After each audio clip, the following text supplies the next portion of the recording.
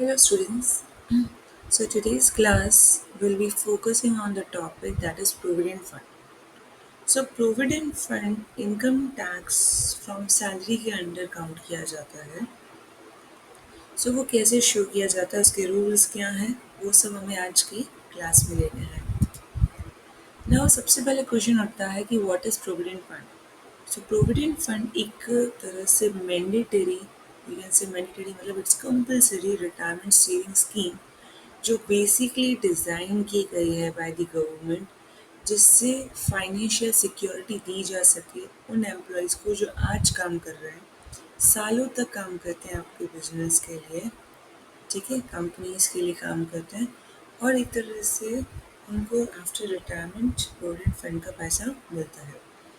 Basically अगर देखा जाए तो ये एक लॉन्ग टर्म इन्वेस्टमेंट है जो एक छोटे कॉन्ट्रीब्यूशन से एम्प्लॉय और एम्प्लॉय से लिया जाता है हर महीने. अब टाइप्स भी हैं इसके. तो सबसे पहला टाइप आता है स्टैट्यूटरी प्रोविडेंट फंड, जिसको हम एसपीएफ कहते हैं. बेसिकली किस पे अप्लाई करता है? So mainly government employees, semi government organisations, local authorities, railways, universities, recognised educational institutes के जो एम्प्लॉयज़ हैं उन पर लगता है. इसको हम जनरल पीएफ की तरह भी बोला जाता है.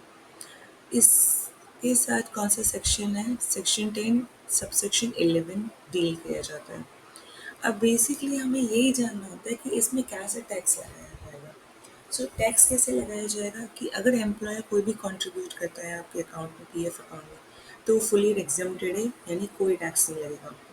अगर एम्प्लॉय कंट्रीब्यूट करता है सो कहीं ना कहीं वो डिडक्शंस के तौर पे आपको मिलेगा अंडर सेक्शन 80C. अब 80C सेक्शन क्या है डिडक्शन के तौर पे, उसमें क्या क्या चीज़ें आती है वो हम डिटेल कमिंग वीडियोज़ में कवर करेंगे.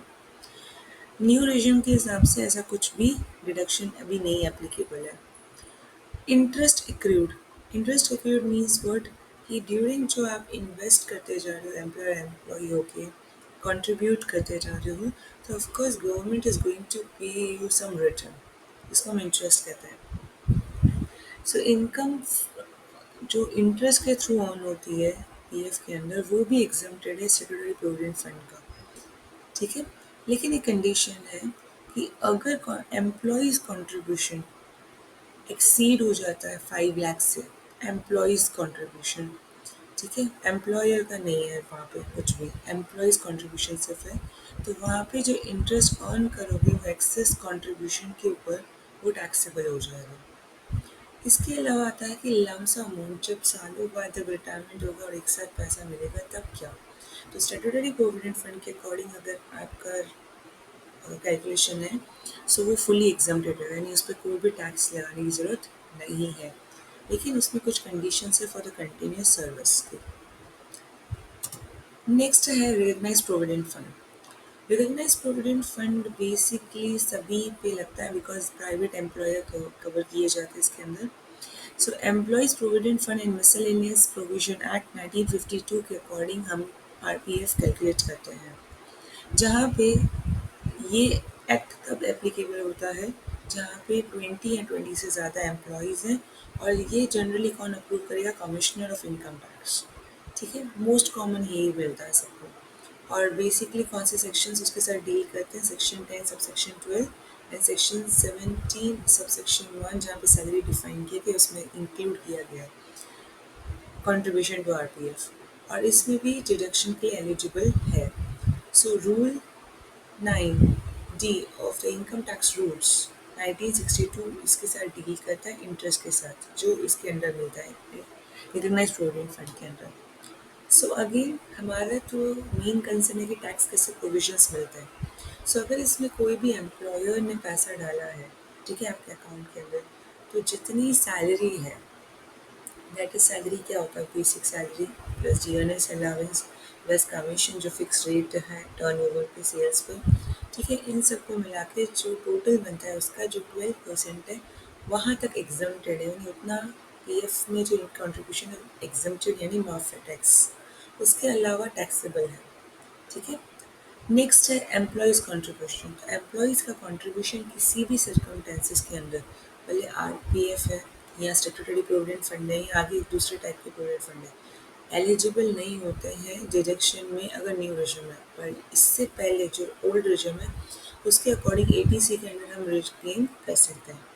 देन इंटरेस्ट एक्रूड, इसमें भी अगर इंटरेस्ट मिलता है तो आप कैसे डील करोगे? तो इंटरेस्ट जो मिलता है, जितना परसेंट ऑफ इंटरेस्ट मिलता है उसको 9.5% तक एग्जम्प्टेड करेंगे, यानी टैक्स माफ करेंगे, उसके बाद जो होगा वो टैक्सेबल होगा।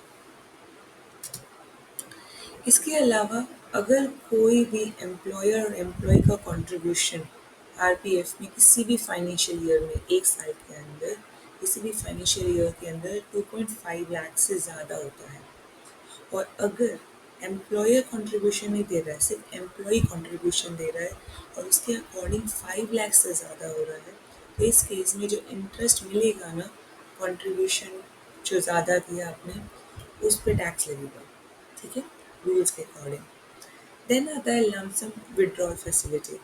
सो इस केस में अगर आप जनरली जैसे एग्जाम किया जाता है, अगर आपने कंटिन्यूस सर्विस फॉर 5 ईयर्स या ज़्यादा दिया, अगर 5 साल से पहले ही आपने को विड्रॉ करवा दिया और आप अपने जो एक्यूमुलेटेड बैलेंस है, जो एम्प्लॉयर कॉन्ट्रीब्यूशन है, इंटरेस्ट है, प्लस आपका कॉन्ट्रीब्यूशन उस पर इंटरेस्ट है, ठीक है, जो अर्लियर मिल चुका है वो एग्जम्प्टेड हो जाएगा।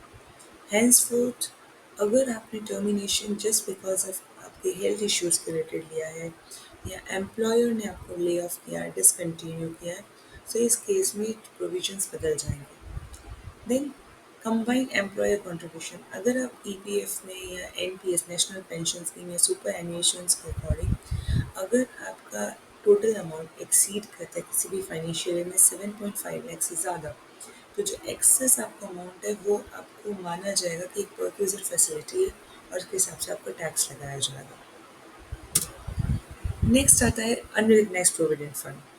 अनरिकग्नाइज्ड प्रोविडेंट फंड बेसिकली एक एम्प्लॉयर लगाता है, गवर्नमेंट उसे अप्रूव नहीं करती है, अगर एम्प्लॉयर चाहे तो कर सकता है, जो सेक्शन 17 सबसेक्शन 3 उसके अंदर सब क्लॉज 2 में दिया हुआ है।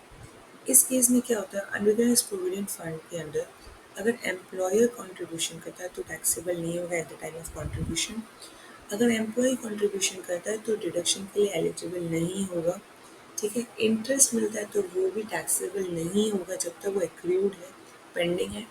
और लेकिन जब आप उसे विड्रॉ करवाते हो अमाउंट को, लमसम अमाउंट को, एट दैट मोमेंट तो जो एम्प्लॉय का कंट्रीब्यूशन है और इंटरेस्ट जो एम्प्लॉय का मिलेगा वो टैक्सेबल होगा। इंटरेस्ट जो एम्प्लॉय के कंट्रीब्यूशन में है वो टैक्सेबल होगा, लेकिन एम्प्लॉय का कंट्रीब्यूशन जो होगा वो टैक्सेबल नहीं होगा, ठीक है। नेक्स्ट है public provident fund. Public provident fund is the fourth, that is last provident fund की टाइप्स के अकॉर्डिंग। अब इसमें क्या होता है, ये गवर्नमेंट के ओरिएंटेड सेविंग स्कीम है, ये सभी सिटीजन्स को दिया जाता है, भले वो सैलरीड हो या सेल्फ एम्प्लॉयड है, ठीक है। पब्लिक प्रोविडेंट फंड एक्ट 1968 के हिसाब से और हमारे इनकम टैक्स के हिसाब से सेक्शन 10 सबसेक्शन 11 में मेंशन है। सो इसमें क्या होता है, इसमें आप कुछ भी कंट्रीब्यूट करो या आपको इंटरेस्ट मिलता है या आपको विड्रॉ करवा दो lump sum amount, in every case it is exempted। I hope कि today's class is clear to you the four types of provident fund. इसके बाद जो नेक्स्ट टॉपिक है वो है ग्रेचुटी, जो हम इसके बाद वाली वीडियो दैट इज पार्ट 2 में कवर करेंगे।